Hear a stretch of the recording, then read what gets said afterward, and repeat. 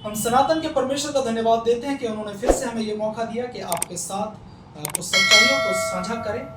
कृपया अगर आपको हमारे वीडियो पसंद ना आए तो आप हमारे वीडियो से दूर रहें, क्योंकि हमारा उद्देश्य किसी को ठेस पहुंचाना नहीं है, पर उन सच्चाइयों को सामने लेकर आना जरूरी है जिनसे आप अभी तक वाकिफ नहीं हैं। तो सच्चाई आपके साथ हम साझा करना चाहते हैं।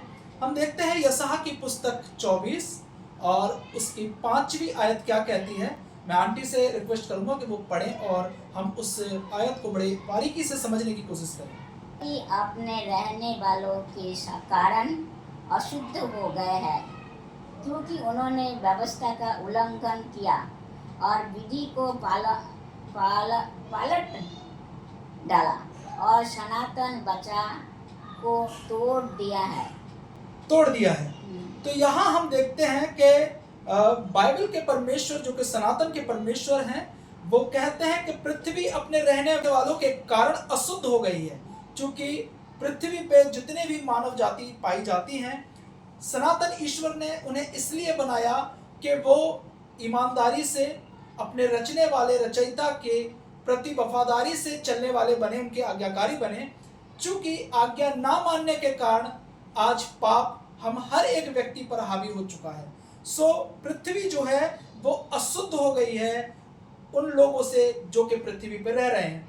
आगे वचन कहता है, क्योंकि उन्होंने व्यवस्था का उल्लंघन किया और विधि को पलट डाला। परमेश्वर ने जिन्हें बनाया था उसकी महिमा के लिए, यानी कि मुझे और आपको, सो हम परमेश्वर की विधियों को, उसकी आज्ञाओं को ना मानकर अपने दिल की सुनते हैं, अपने मन की सुनते हैं और अपनी इच्छा से चलने की कोशिश करते हैं। ये चीज पृथ्वी को भी अच्छी नहीं लगती, क्योंकि पृथ्वी जानती है कि उसका बनाने वाला ईश्वर जो चाहता है वो मुझ पर रहने वाले लोग उसे नहीं मानते। इसलिए पृथ्वी क्या करती है, पलट देगी। हम देखते हैं अभी हाल फिलहाल अगर हम न्यूज देखें तो हम देखते हैं कि वहां पे पृथ्वी क्या पलट चुकी है।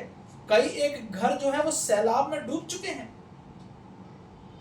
प्रकृति जो है वो ईश्वर की बातों को मानती है, पर हम जो उसकी रचना है हम उसकी बातों को नहीं मानते, हम अपने दिल की सुनते हैं। आगे वचन कहता है, और सनातन वचन को तोड़ दिया। हमने सनातन के ईश्वर की वाचा को ही तोड़ दिया। हम सनातन ईश्वर को ही भूल बैठे हैं। हमने अपने लिए ना जाने कितने ईश्वर बना के खड़ा कर लिए हैं। अभी फिलहाल मैं आपके साथ कुछ साझा करना चाहता हूं। मैं जब कलकत्ते से पंजाब की तरफ आ रहा था तो मैंने ट्रेन में देखा कि ट्रेन में इस वक्त जिनकी अपनी रिजर्वेशन सीट है वो भी मजबूरन अपनी सीटों से उठकर बैठ रहे हैं। क्यों? क्योंकि ट्रेन में बहुत सारे हमारे कावड़ी यात्री, हमारे जो कावर ले जाने वाले भाई हैं, वो बिना टिकट के, बिना किसी सुविधा के वो उसमें ऐसे आके बैठ रहे हैं जैसे मानो वो सीट उन्हीं की हो। जबकि वो करने क्या जा रहे हैं, वो धार्मिकता का काम करने जा रहे हैं, पर वो लोगों को डिस्टर्ब कर रहे हैं, लोगों को परेशान कर रहे हैं। अगर सीधी भाषा में अगर मैं बात कहूं तो वो गुंडागिरी कर रहे हैं। और वो ऐसा कर क्यों रहे हैं? क्योंकि उन्हें जानकारी नहीं है, क्योंकि उनके धर्मशास्त्र क्या कहते हैं। हम देखते हैं शिव पुराण विघ्नेश्वर संहिता 1 और उसकी 18 में लिखा हुआ है, शिवलिंग स्तु शूद्राणम। इसका अर्थ होता है पत्थर का लिंग शूद्रों के लिए है। अब आप समझ रहे हैं कि जो शिव के ऊपर ये पानी डालने जा रहे हैं, जो शिवलिंग के ऊपर ये पानी डालने जा रहे हैं, यहां तक के शिव पुराण में कहा गया है कि वो तो शूद्र जाति के लिए है।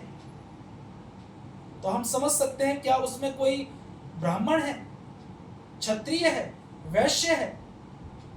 अगर मैं कहूं कि वहां ब्राह्मण है, क्षत्रिय है, वैश्य है, तो हो सकता है कि मेरा कहना गलत हो। पर अगर मैं शिव पुराण की बात कहूं तो वो कहता है कि इस विधि को सिर्फ शूद्र जाति के लोग ही पालन करते हैं। आयत है वो बताती है वहां पे, मूर्ख लोग मिट्टी, पत्थर, धातु अथवा लकड़ी की मूर्तियों को ईश्वर समझते हैं, उनको कभी शांति प्राप्त नहीं हो सकती। वो शांति की प्राप्ति के लिए पैदल जाते हैं, जबकि उनका धर्मशास्त्र कहता है कि वे मूर्ख व्यक्ति हैं जो पत्थर, धातु और लकड़ी की मूर्ति बनाकर उसकी पूजा करते हैं। एक पौराणिक मान्यता के अनुसार हम देखते हैं कि समंदर का मंथन हुआ, और जब समंदर का मंथन हुआ तो उस मंथन में विष भी निकला। उस विष का पान शिवजी ने किया, और वो विष जो शिव ने पिया वो उन्होंने अपने कंठ में रोक लिया। कंठ से नीचे जाने से वो उनको शरीर में नुकसान पहुंचा सकता था क्योंकि वो विष है, इसीलिए उन्होंने क्या किया, उस विष को कंठ में रोक लिया। इसीलिए शिव का एक नाम है नीलकंठ, उन्होंने उसे कंठ में रोक लिया। तो जब जहर उन्होंने यहाँ रोक लिया तो उन्हें बड़ी बेचैनी हुई, क्योंकि जब जहर शरीर में जाता है तो एक जलन पैदा हो जाती है, बेचैनी पैदा हो जाती है। और इस बेचैनी को, उस जलन को शांत करने के लिए पौराणिक मान्यता है कि रावण ने क्या किया, कावड़ में पानी भरा और शिव का अभिषेक कर दिया, जल अभिषेक कर दिया कि शिव को जो विष के कारण शरीर में जो जलन पैदा हो रही है वो थोड़ी ठंडी हो जाए। अब थोड़ी देर हम अगर इस विषय पे समझने की कोशिश करें, कावड़ में रावण ने पानी भर के शिव के ऊपर डाला कि उनकी जलन को थोड़ी ठंडक मिले। तो शिव के सर के ऊपर तो गंगा है, वो उस गंगे के पानी से भी तो ठंडक उन्हें मिल सकती है। अलग से एक लोटा पानी या एक घड़ा पानी से उन्हें क्या फर्क पड़ता है, जबकि उनके खुद के सर पे गंगा है। सो यहां पर हमें यह समझने की जरूरत है कि ये पूरा मूर्खता है और कुछ नहीं। हम देखते हैं कि विशेष करके कांवड़ यात्रा जो है वो सावन में ही होती है। क्या आपने ध्यान दिया है, सावन में तो बारिश वैसे ही होती है, सावन में तो वैसे ही माहौल ठंडा हो जाता है, तो फिर शिव को और ठंडक करने की क्या जरूरत है।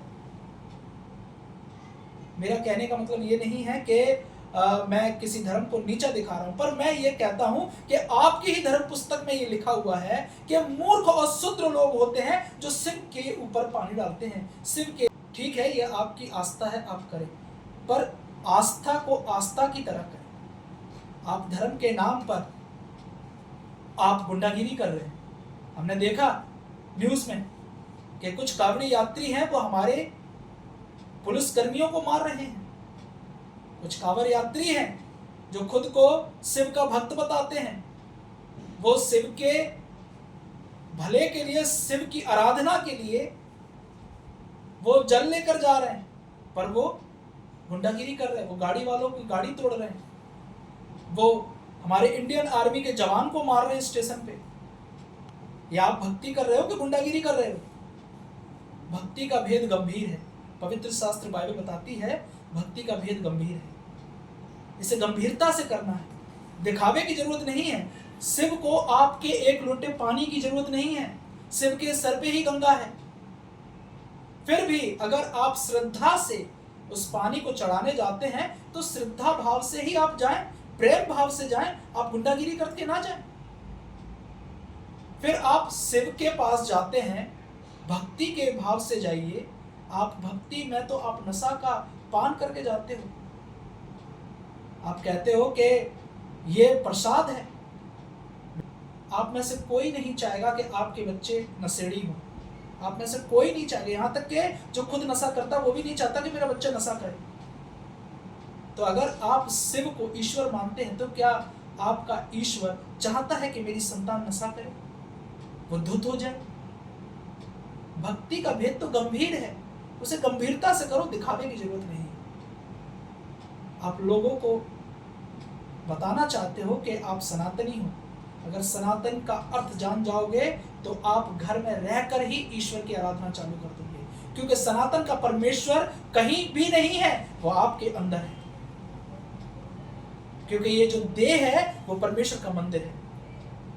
सो अगर आप अपने देह की आराधना करने लगे, आप अपने देह को ईश्वर का मंदिर समझ के उसकी उपासना करने लगे, देह को पवित्र रखने लगे, तो परमेश्वर कहीं दूर नहीं है, भगवान कहीं दूर नहीं है, वो आपके अंदर है।